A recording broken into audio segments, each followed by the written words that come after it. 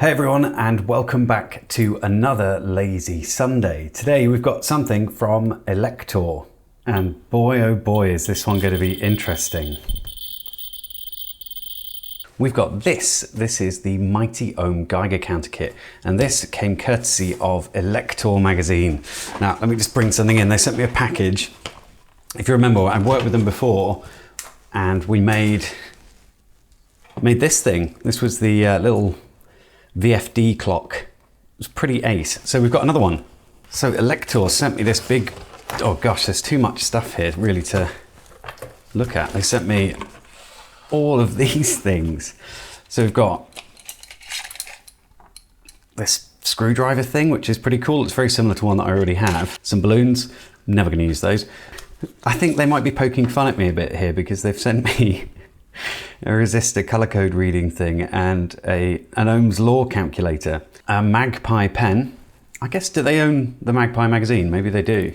I'm not sure what this is. I think it might be for putting credit cards and things in. Oh, RFID. So is it an RFID blocker? And a note.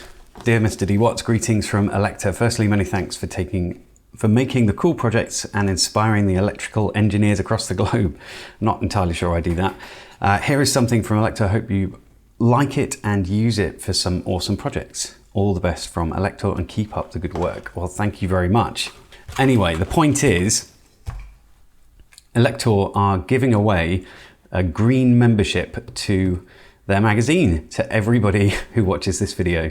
So I'll put a link in the description where you can go and sort of sign up for it, but it basically gives you access to their magazines. So I encourage you to go and take a look. Let's get started with this Geiger counter, shall we? So I've left that little Electrodes thing up there, so it's sort of like a sponsored video, I guess, since they sent this to me for free. So let's have a look. This is the Mighty Ohm Geiger counter kit. It includes the Geiger counter kit, a Geiger Mueller tube, clear plastic case, and batteries. Let's have a look.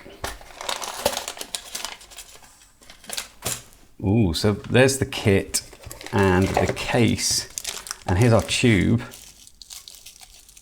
And what's this? Join the resistance. I love that. That is clever because it's the Mighty Ohm and resistance. I like that a lot.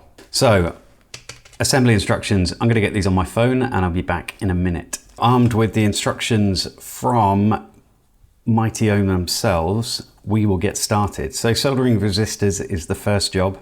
Well, one is first make sure that you've got all the parts, but I'm going to assume we have. Then we got to solder the diodes, solder the slide switch, capacitors, variable resistor, transistors, optional. Oh, okay. Let's get started anyway. Just tip out these components here. So what do we have? We've got our ICs and sockets. So we've got a 555 and our AT Tiny. So it's a TLC 555. So that's one of the lower voltage ones. Got a through-hole battery holder. I like that. Not an awful lot of components, so I'll get started putting them in.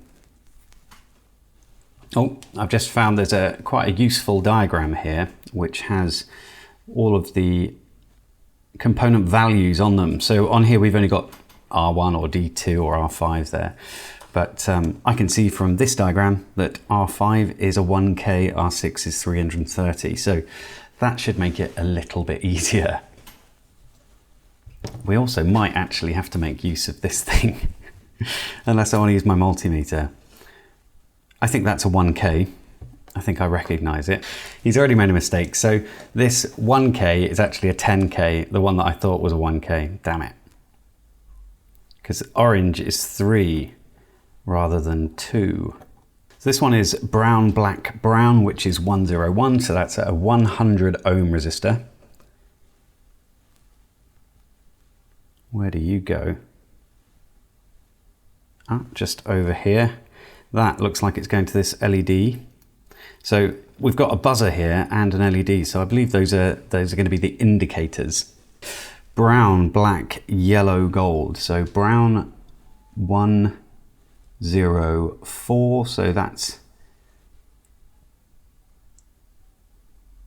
a 100K. Okay, so maybe it isn't too hard to read those values off of the chart and then put them in. So maybe I have been just resistant for no reason. That is all of the resistors. So let's flip that board upside down and get these soldered in. These are fairly small pads surrounding these resistors, but I'm sure it'll be just fine.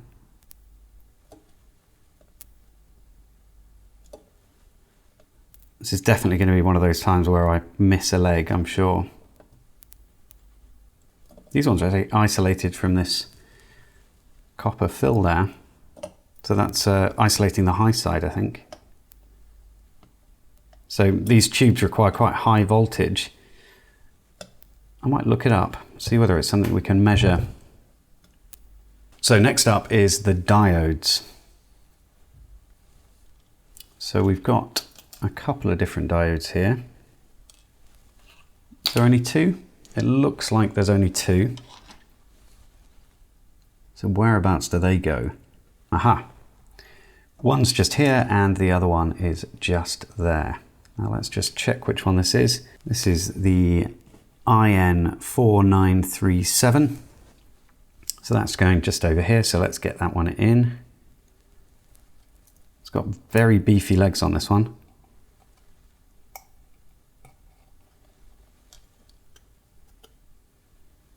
So this is our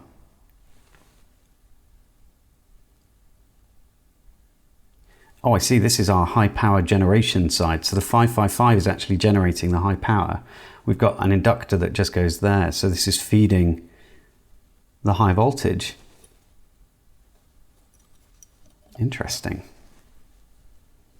And then the other one is just here. So it's important you get these in the right orientation. Hopefully I am doing that. We'll solder those in.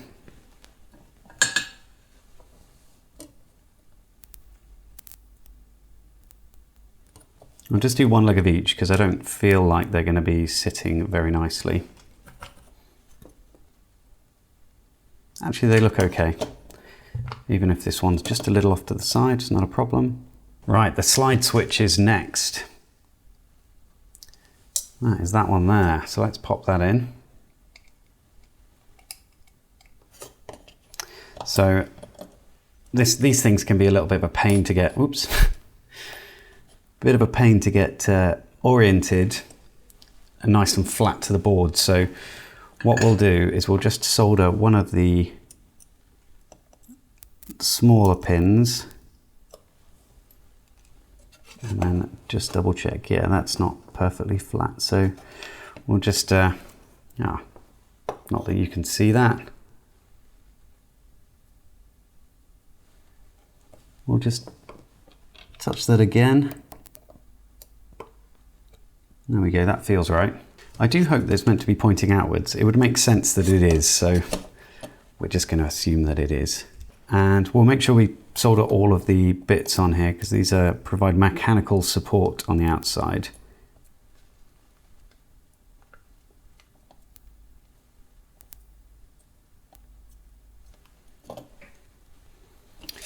Next up is the capacitors. So let's come out a little bit and figure out where they're going.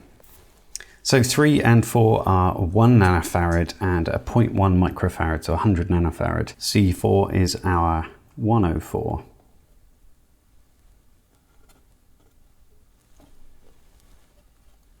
So let's get those two soldered in. These smaller capacitors do not have polarization, so you do not need to worry about which way you put them in. Next up, they want us to put the variable resistor in, so our potentiometer, and that is this part here. So that's our high voltage adjust.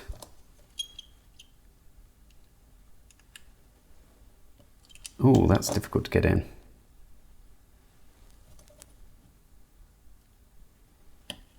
There we go. So again, I'm just going to solder the one leg of this, and then we'll come back and readjust it so it's flat to the board.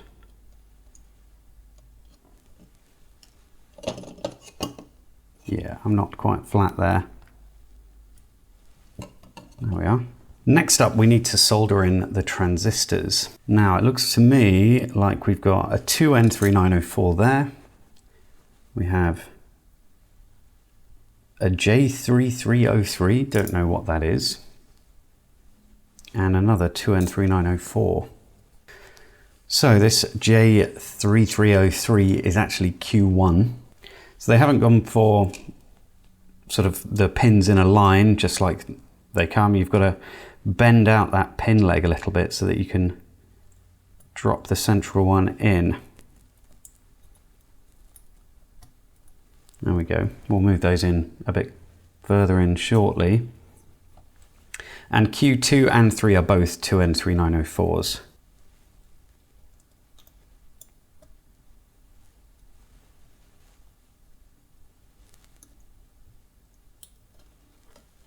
So we'll push them in a little bit, but we won't go too far.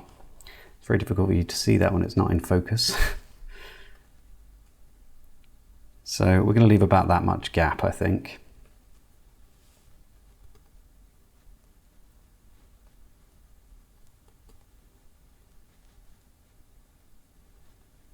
There we go. Let's get those soldered in. So again, we're just going to do one leg, and then we'll come back and just push them up a little bit.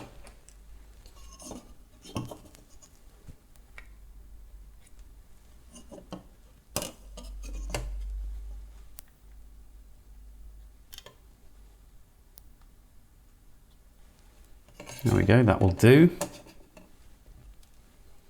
Should we just zoom out for a little while?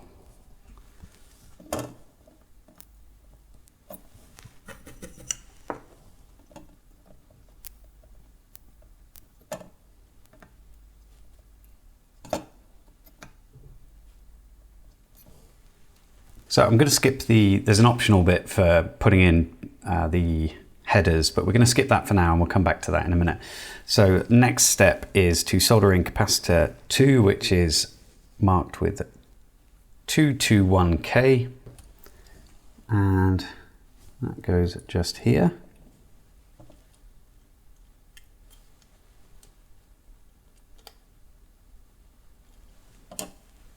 And ceramic resonator X1 just here, and I think that is this little guy here. So let's pop him in, and again those aren't polarized, so it doesn't really matter which way round we do that.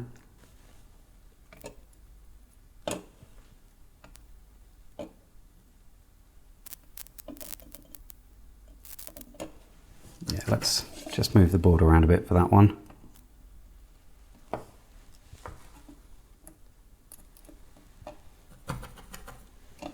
And readjust this resonator. There we go.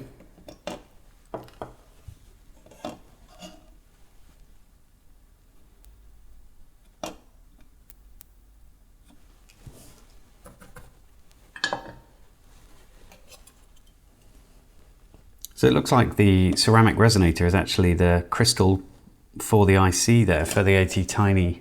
Now we've got the IC sockets to go in. These are very interesting IC sockets. I'm just going to show you. Which way is it? That way. Check out the pins. They've got this bend in them. I've never seen that before. It sort of makes them really hold in. I like it. Right, these are kind of my favourite things to solder. It just sort of feels quite nice to zip along these things. And because it's got that sort of bend in the pins, I don't need to turn it over and check whether it's adjusted right, because it just is fine. Oh, this solder's getting very close. I'm going to need a new bit.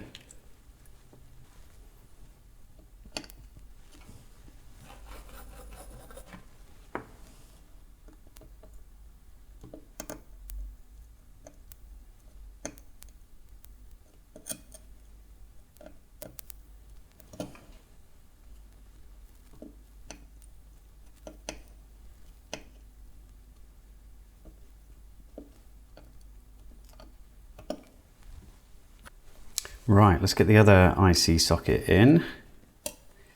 So we're looking for the 555 timer. Just going to go in just here. Like, I love how that just snaps in. It's now not. They're really great. Quite a big fan of those.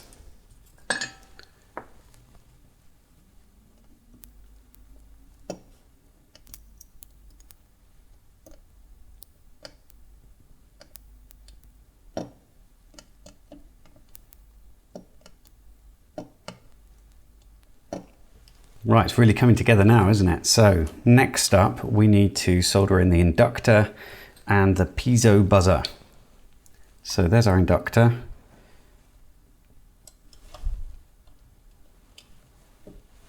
It's just, they don't have a polarity, these chokes, so it doesn't really matter which way you put them in.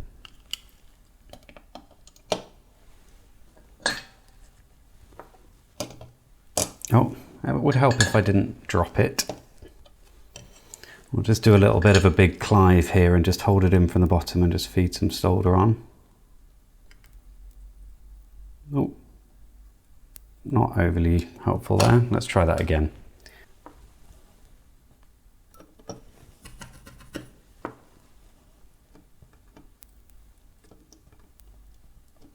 There we go. And our buzzer as well. Just pop that in there. I've straightened up the legs a bit, so hopefully it goes in. It does. Brilliant.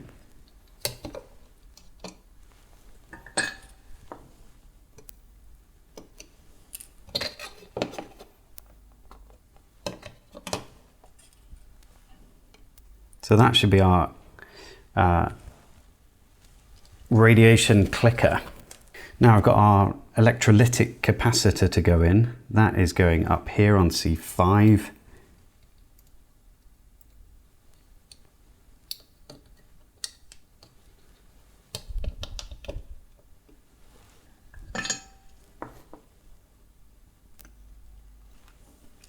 So all of these components would be going in height order, which is what some people tell me to do when I'm just doing a kit that I get from China or something. But it is less fun.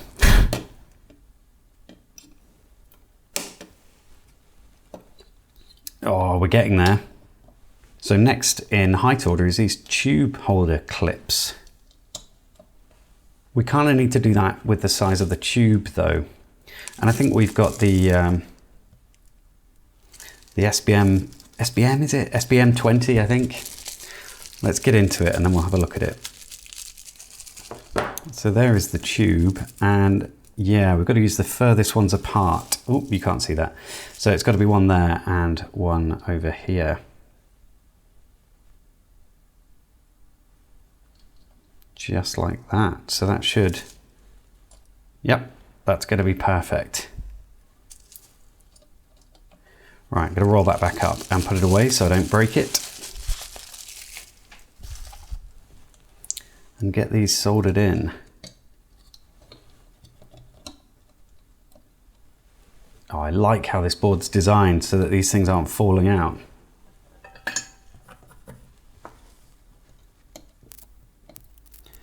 going to need a fair bit of heat. There we go. Oh.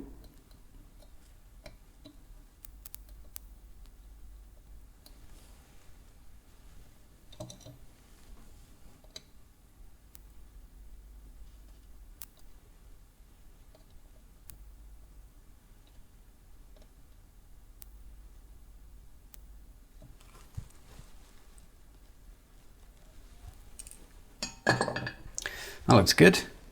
Now let's get the LED in. It doesn't want to go. All right. Okay, so let's focus on that. You can see that this LED has these little hammered out bits, and it stops it from going all the way in, which is fine. I'm not bothered about it, but it's an interesting use of the actual thing. I like that.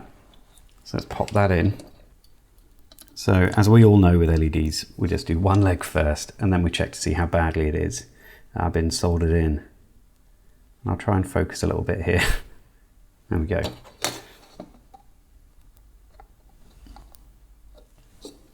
There we go, it just needed straightening up a little bit.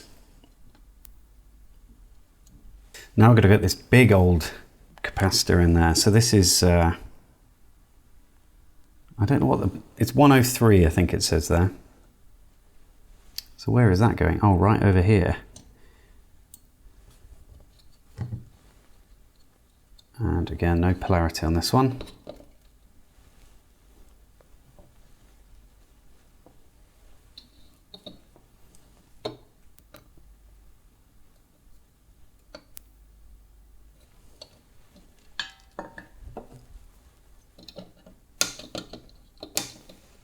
Now we're basically there. We've just got this one button to put in, and then we've got to install our ICs.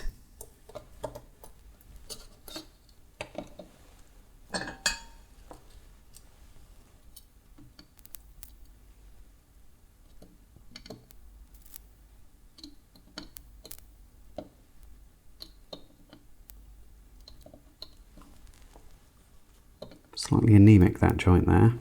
There we go.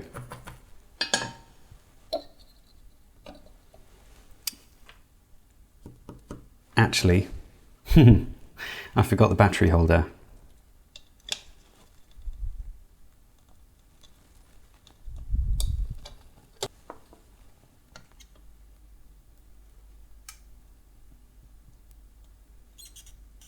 Oof, that is on a really, really big area of copper, isn't it? So that took a long time to solder. Let's just check it's on straight. Yeah, good enough.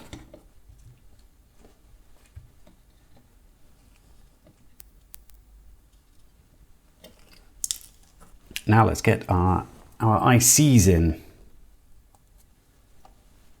Let's see if we need to roll them a little bit.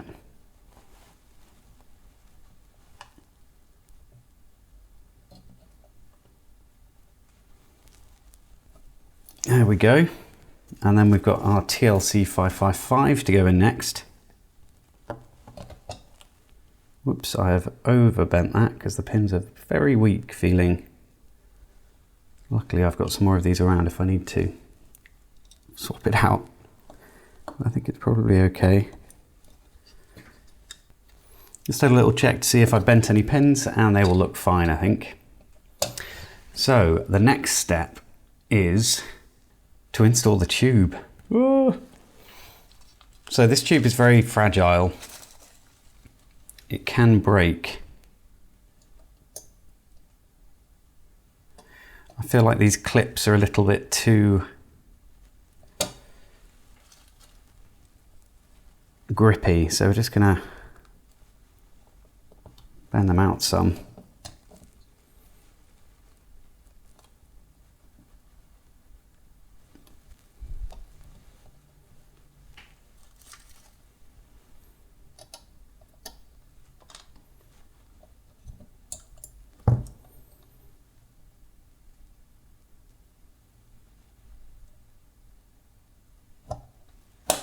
Ooh, that's frightening. There we go.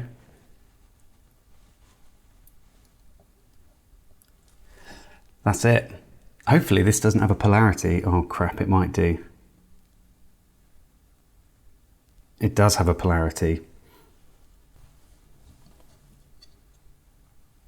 Oh, but luckily we've got it the right way around. So there's a big positive symbol just under here, and there's the positive symbol on the tube.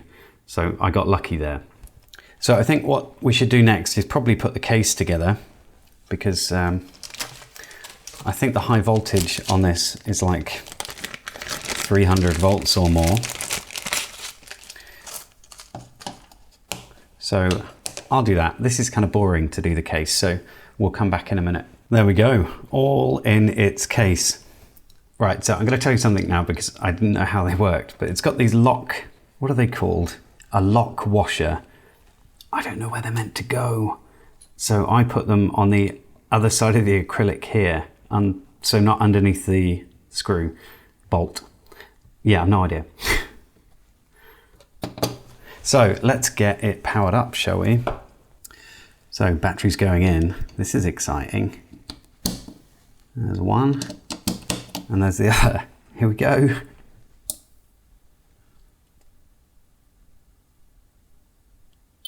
Oh, okay, it made a beep. I don't know whether it takes a bit of time to warm up. So we have a working Geiger counter. That means we need to go and find some things that might be radioactive. So I'll be back in a minute. Right, so here it is. I've hooked it up to the serial monitor on my computer. So when I switch it on, we should be able to see the data come through. I'm going to put it in this portion of the screen and move this over slightly.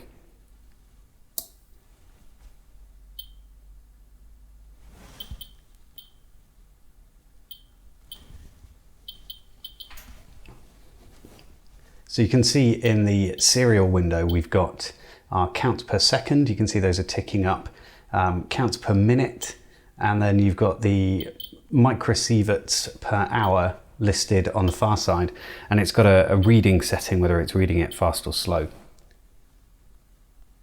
So we'll give that a little bit of time just to get the background radiation reading.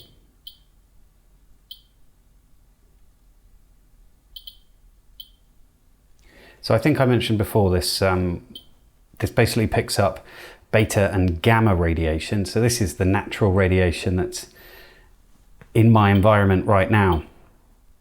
And there are some things that I can stick in front of this thing to make it kick off a few more of these little tones.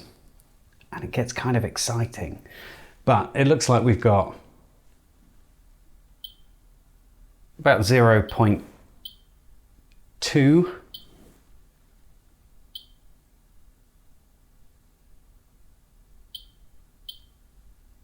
Yeah, around about there. It seems to have leveled off. So shall we introduce it to its first sample? Now the first sample is going to be some thoriated tungsten TIG electrodes. I've only bought one and I think it's snapped, but this is it just here. So I'm going to pop these two just there and see how that changes our count.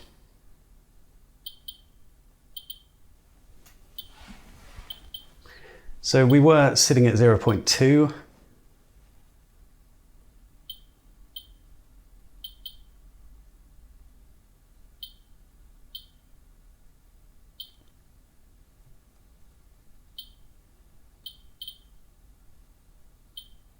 And the count is increasing slightly, but not a lot. It might be that these need to be closer to the tube.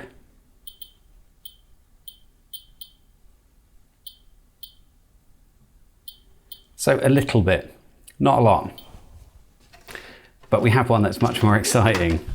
So let me get rid of these so they're out of the way.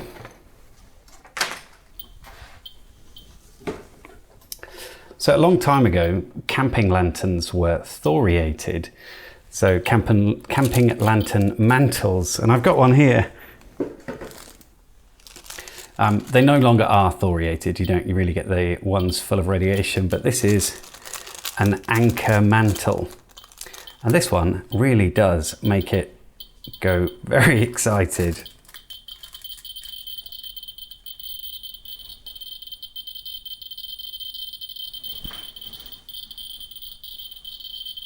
So you can see we've switched over to the fast mode and our counts per second have rocketed up. So we're in the 40s there, and the counts per minute, 2,700 there. And our microsieverts an hour are at 14.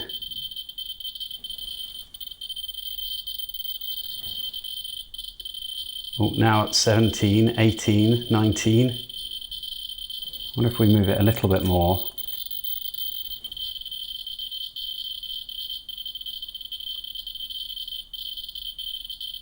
So that's exciting, isn't it? It's kind of a little bit frightening.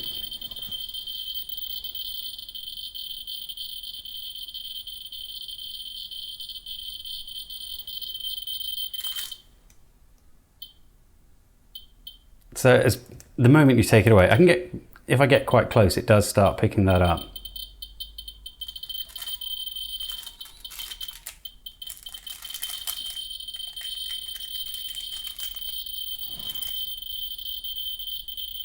Oh wow, right on the tube it's getting up to 25. But isn't that exciting? It's just, I'm going to bring the mic a bit closer.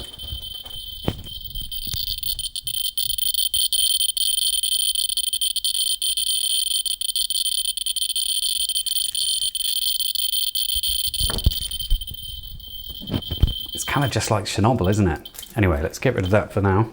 I'll have to have a think about where I'm going to put that.